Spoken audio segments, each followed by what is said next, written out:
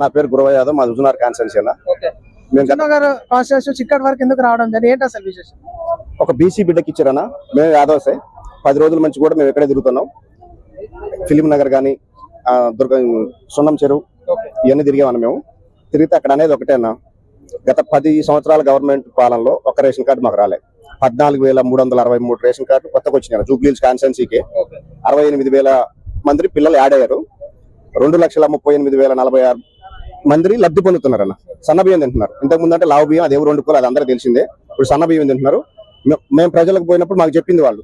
ఇంకొకటి ఏంటంటే ఇక్కడ ఫ్రీ బస్ పెట్టడం వల్ల జూబ్లీహిల్స్ లో అన్న చూడటానికి జూబ్లీహిల్స్ హై క్లాస్ అనుకుంటే కానీ 70% లో క్లాస్ పీపుల్స్ కూడా ఉన్నారు అన్నమాట.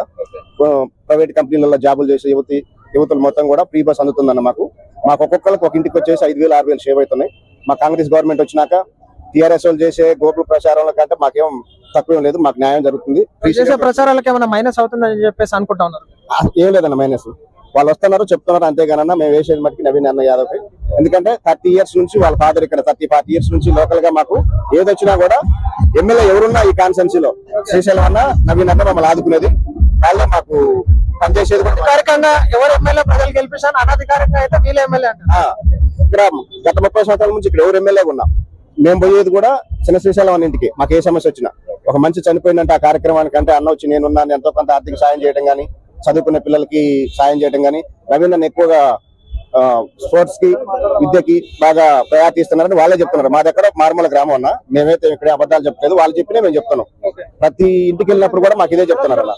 మాకు నవీన్ అన్న చిన్న శ్రీశైలం అన్నే మాకు ఇప్పుడు కాదు. మొత్తం మీద యూత్ ఐకానిక్ స్టార్ గా నవీన్ యాదవ్ గారు ఉండడం జరుగుతుంది. సో మేము కూడా వెళ్ళడం జరుగుతుంది కవరేజ్ పబ్లిక్ దగ్గరికి. సో మొత్తం యూత్ ఐకానిక్ లీడర్ కూడా మారడం ఎట్లా సాధ్యమైందంట అంటే అన్న చేసే సోషల్ సర్వీస్ బాగున్నాయి అంటున్నారు అన్న. ఎప్పుడు పోయినా అర్ధరాత్రి ఫోన్ చేసినా కూడా ఫోన్ ఎత్తడం కానీ మాట్లాడటం కానీ, ఇంటి దగ్గరికి వస్తే కొంతమంది ఏం చేస్తారన్న గేట్ దగ్గర నుంచే లీడర్ని పంపిస్తారన్న.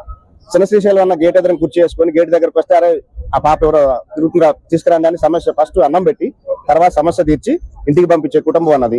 ఎక్కడ పోయినా అదే చెప్తున్నారు. మాకు 100% హాస్పిటల్ కానీ ఏ విషయం వచ్చినా మేము ఎక్కడికే పోతాం. కాలేజీలు కానీ దేనికైనా పనున్నా అన్నిటికీ ఐకాన్ గా నిలిచిన నవీన్ అన్నకి మేము ఓటేస్తాం. నవీన్ అన్న గెలుపు ఖాయం అనేది ఇక్కడ తేటతెల్లమైందన్న.